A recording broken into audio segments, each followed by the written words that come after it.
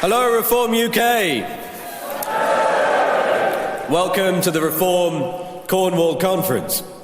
Cornwall is such a beautiful place, particularly for me, because it was here a few decades ago that my parents came to live in Truro.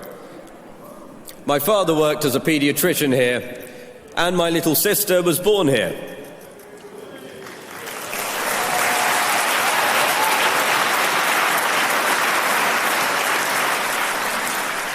It remains a period of my life I look back on with great fondness, and it's why I know firsthand just how warm, welcoming and delightful the people of Cornwall are.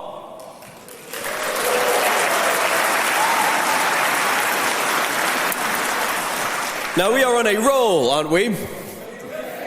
What an incredible year it has been. A year ago Nigel was enjoying a, by all accounts, quite lovely retirement.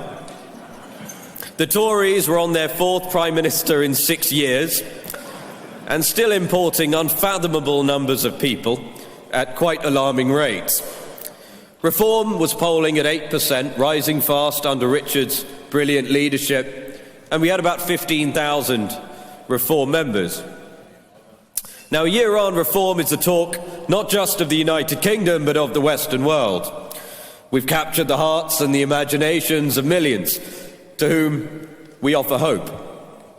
We've opened over 400 branches across the country. We've surged to 27% in the average of the polls. We've grown our membership 14-fold. And ladies and gentlemen, as we speak, Nigel Farage is now the bookmaker's favourite to be the next Prime Minister of the United Kingdom.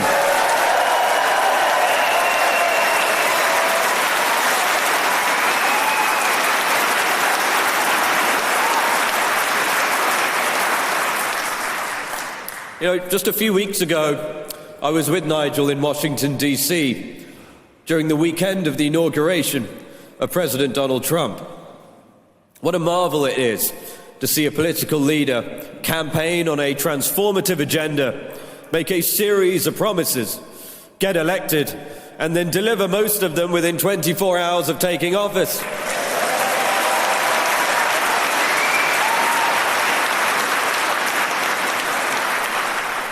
That signing ceremony was quite something. Haven't seen anything like it. Despite the freezing cold, you could feel the effervescent energy in that city. And that was beautifully encapsulated by an event we attended, hosted by Pete Hegseth, the incoming US Defense Secretary. His vision was a tonic to the weak-kneed apologist gruel that British people have had to endure for decades. With extraordinary presence and charisma, he declared that the United States military, under the direction of President Trump, would revive the warrior ethos, the warrior spirit. He said that war would always be the very last resort, but when US forces did have to fight, they would fight to win. The confidence, the steely determination was something to behold.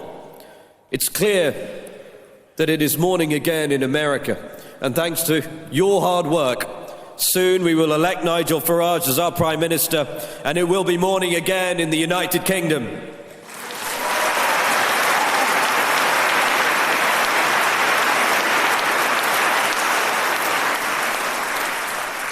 The United States is not sorry for their history anymore, sorry for their strengths. The United States is once again walking tall, and soon the United Kingdom will do the same.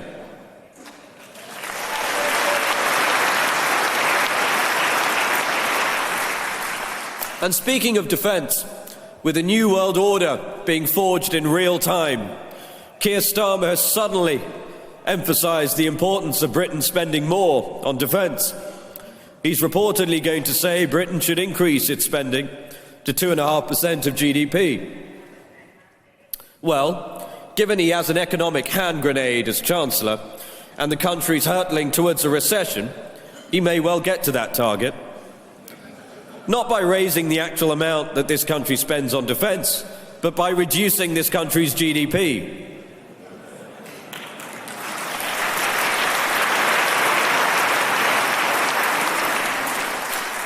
Which is all the more tragic because we all know Britain should be a highly prosperous country, one of the most prosperous in the world. Instead, we languish 26th in the world in terms of real GDP per person. That's despite us having so much going for us. 3 of the top 20 universities in the world are here. A large number of the world's finest engineers are here.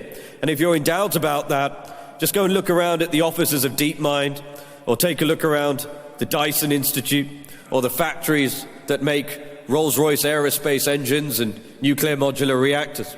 We have a leading position in the world in financial services, and we have the best possible time zone.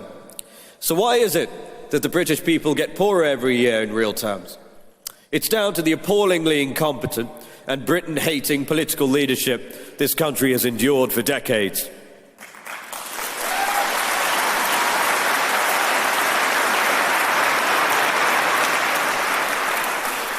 There's the bureaucratic state that has ballooned to an insane size. 500,000 people are now employed in the civil service, many of whom get to work from home, all being paid on your dime. In the last 7 years, their burden on the taxpayer has rocketed by 50% to £15 billion a year. In the age of AI, with competent leadership, there's no reason that could not be cut in half and still deliver a vastly superior service to the British people. But the problem of the bureaucratic state is much more pernicious than that.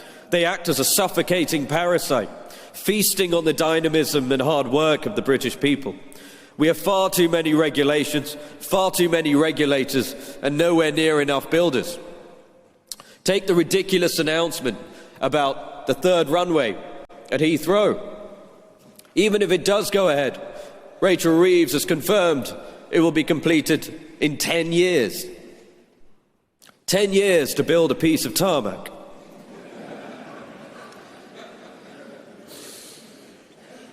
Now, this is a country with an incredible pedigree in building incredible things.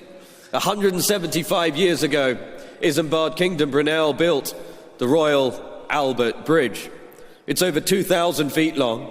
It carries trains 100 feet above the water. And he built it in 5 years, in the 1850s.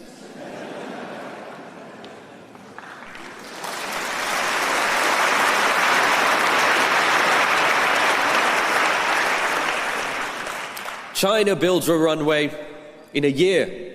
They built their entire international airport in Beijing in 5 years. Britain has been captured by a parasitic bureaucratic class, and when Nigel is the Prime Minister, Britain will once again be the envy of the world for its beautiful architecture and ability to build at speed.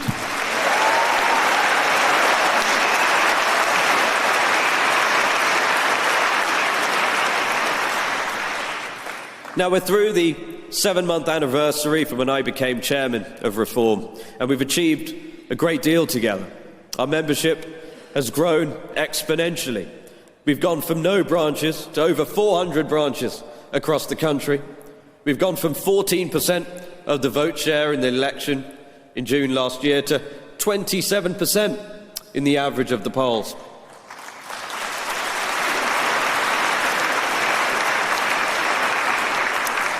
And let me tell you this, in case anyone thinks we're in the mood to slow down, on the contrary, we are just getting started.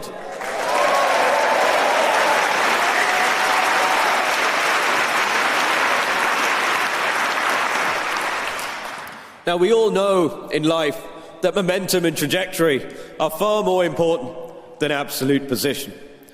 It's true in business, and it's certainly true in politics. Thanks to all of you, ladies and gentlemen, Reform has all of the momentum in British politics.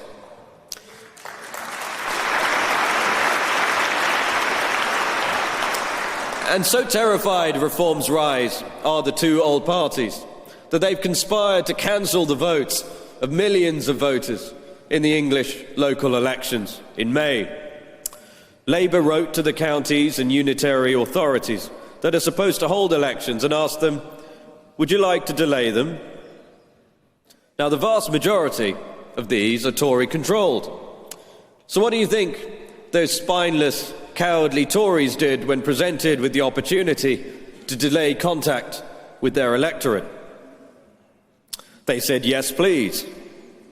The Tory turkeys were offered the chance to cancel Christmas, ladies and gentlemen, and they eagerly snatched at the opportunity. Well, Labour have delivered their verdict, and over 5 million English people have had their vote robbed from them. But we have a message for the two old parties.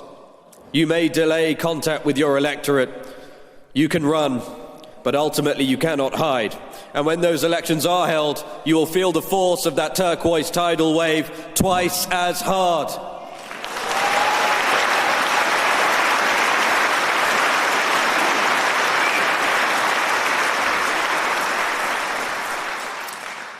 And is it a surprise that the areas which have requested the cancellation are the ones in which reform support is surging the most?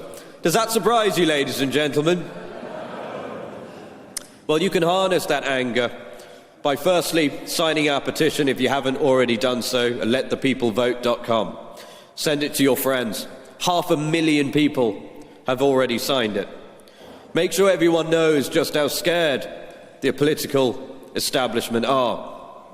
In fact, you may well have seen yesterday that the Prime Minister is now taking square aim at a party of 5 MPs. Because he knows, ladies and gentlemen, we are his biggest threat at the next general election.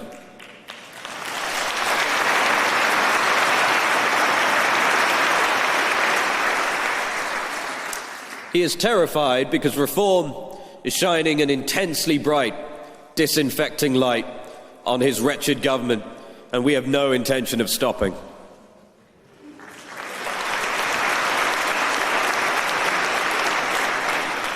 But make no mistake, we still have a huge amount of work to do. We must win many, many elections between now and 2029 to succeed in our mission to save this great country. And that's why we need your help. We need you to stand for us as candidates.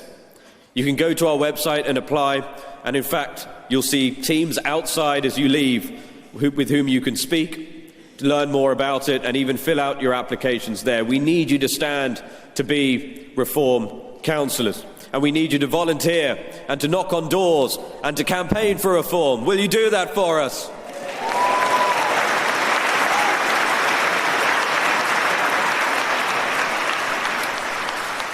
Well, then I will leave you with this. The latest polls show that if a general election were to be held today, Reform would win well over 200 seats, far more than the failing Tory party.